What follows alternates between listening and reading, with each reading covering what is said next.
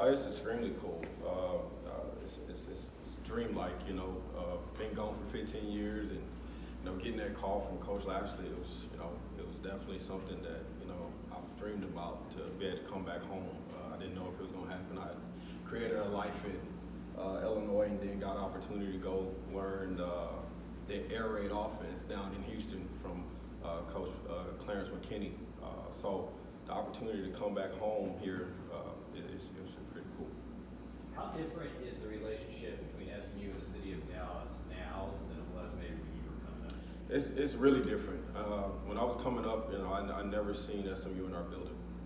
It took me going to junior college to get recruited from SMU. So the relationship that has been developed between, I say across the bridge, but across the bridge and here is unbelievable what they're doing.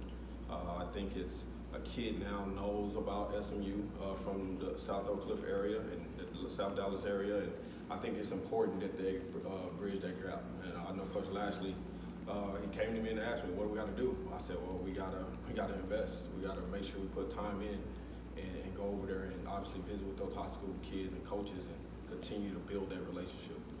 How important is it to have a place in the city to be able to go to? It's huge. It's huge. And now that we continue to build that brand and build a reputation that we're serious about it, and I think it's very important. And I think that's why we're trying to make sure that we're the school of choice for Dallas kids. So we're making sure that we're getting boots on the ground. We're getting into every high school, and we're making sure that these kids understand that this university can help them fulfill all their dreams. Khenon, Joe White, Dallas Morning News.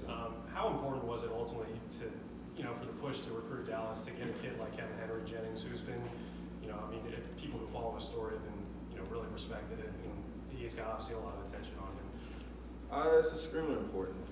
Once again, we just talked about bridging that gap. A kid like that, if he was anywhere else, I think he would have had multiple offers. He's a talented kid, has really good arm strength. He does everything that some of these other quarterbacks does at a higher level, and he didn't have as many offers. So it was very important for us to go in there and basically he's a sleeper. I think he's a steal. I think he's a kid that's going to come in here and prove that he belongs. He's going to come in with a chip on his shoulder, but I think it was very important for us to show the community of Dallas and the inner city of Dallas that SMU is serious about taking on that, building that, continuing to build that relationship. This obviously is your hometown. I think your online bio starts with South Oak Cliff graduate, but as far as recruiting, how far does your network reach out into Dallas and DFW in general? I cover the whole city. Guys that have followed me and know me. I know Joe know me and Billy knows me pretty well. The last 10 years I've been recruiting the area. When I was at Illinois State, I recruited the whole DFW by myself. So I'm here a week or maybe two. I'll hit about 12 schools a day. So I recruit everywhere: Frisco, Mansfield, to Fort Worth, to Mesquite. It didn't matter to me. I had to go find a town. So I did. Obviously, being from South Oak Cliff, that's where I start, but I branched out pretty far. Obviously, your recruiting prowess is something that is well known for, but at Illinois State, at James Robinson, you're a running back coach too. I guess how excited are you for this running back room? Getting a guy like Ulysses Bentley back and Brandon Epton, who I'm sure you're familiar with. Yep.